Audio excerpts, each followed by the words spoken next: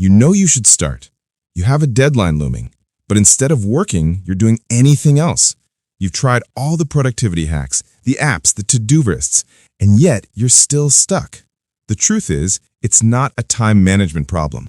In this video, we'll uncover the real reasons behind your procrastination and give you a powerful new set of tools to finally break free. Part 1. The why. Emotional and psychological reasons. So what are the real emotions driving this cycle? It usually comes down to a few key culprits. Fear of failure. This is the big one, especially for perfectionists. You might be terrified of not being good enough. The thought of pouring your effort into something only for it to be judged as mediocre or inadequate can be so overwhelming that doing nothing feels safer.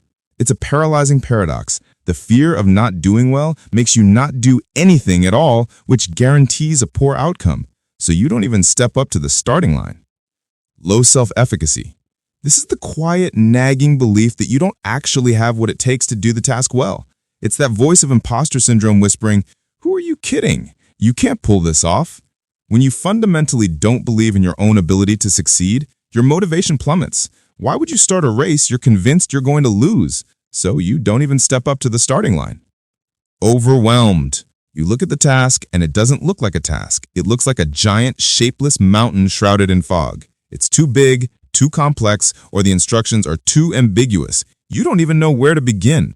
So your brain's emergency response is to shut down. It's far easier to turn to a small, simple distraction than it is to start mapping a path up that intimidating mountain. Low task value. The task is just plain boring, tedious, or meaningless to you. Our brains are hardwired for immediate gratification. The instant, predictable dopamine hit of scrolling through social media will almost always win against the delayed, abstract payoff of finishing that quarterly report. Your brain chooses the immediate pleasure of distraction over the long-term, distant reward. And who do we trust to handle that long-term reward? Our future self. We tell ourselves, "I'm too tired right now, but future me will be motivated. Future me will be rested and inspired." We imagine this magical version of ourselves who will suddenly have the discipline and energy we currently lack. But this magic future you is a cognitive illusion.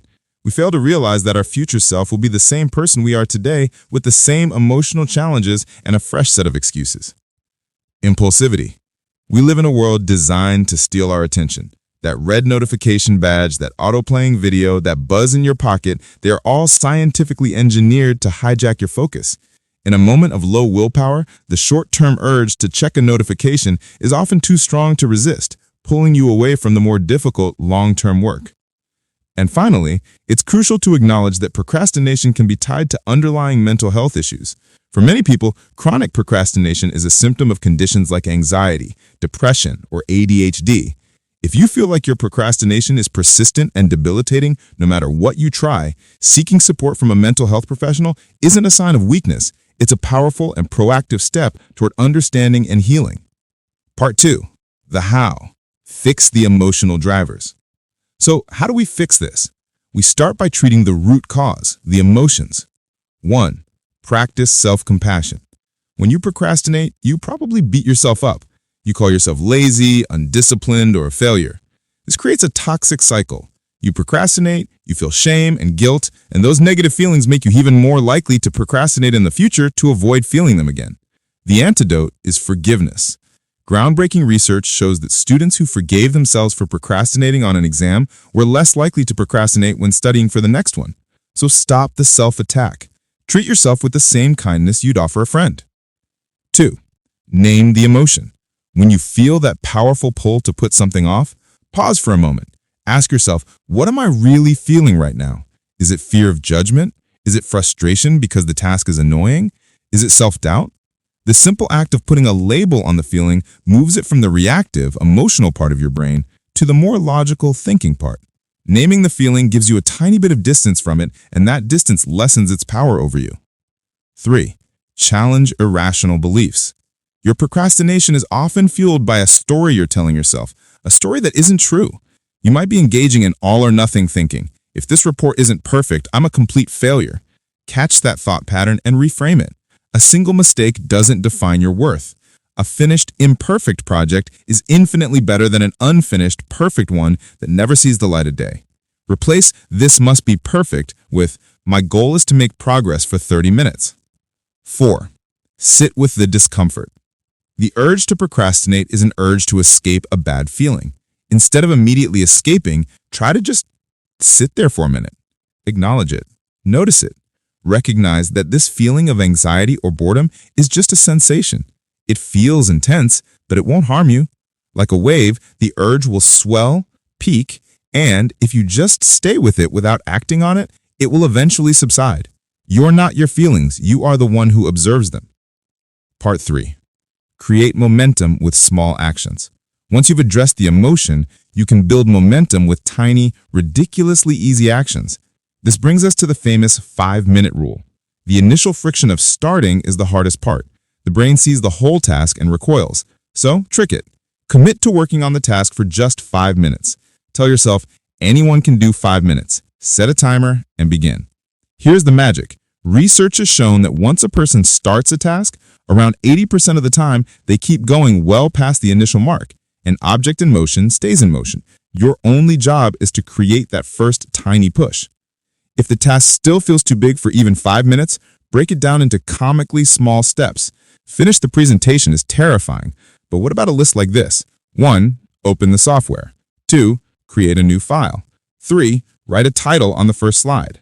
4. Write down 3 bullet points for the introduction. Focus on just the first low-stakes microtask on your list. Open the software. You can do that. That success gives you a little hit of dopamine, which provides the fuel to do the next tiny step. And for everything else in your life, adopt the 2-minute rule. If a task appears and you know it will take less than 2 minutes to complete, do it right away. Answering that email, putting that dish in the dishwasher, taking out the trash, these small tasks pile up and create a huge mental weight, a constant background hum of things I have to do.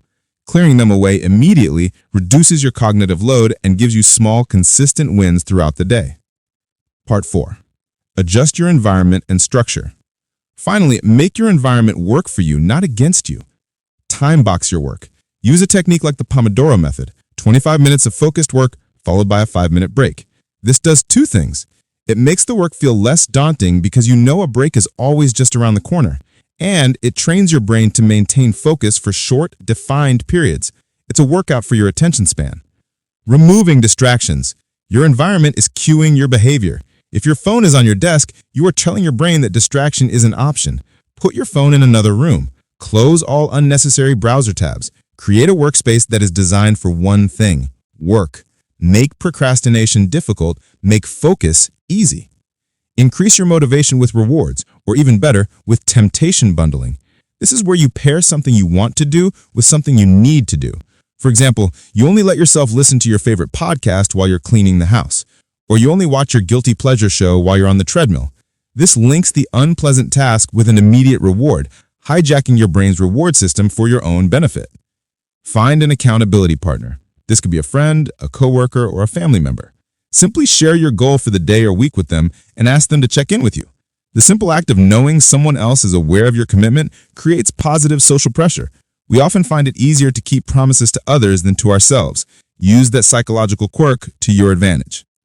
Procrastination is not a sign that you are lazy or broken. It's a sign that you are human, trying to cope with difficult emotions in a distracting world. By addressing the emotional reasons for procrastination, the fear, the overwhelm, the self-doubt, and combining that with concrete, actionable steps, you can finally change your relationship with work. Stop waiting for motivation to strike. It won't.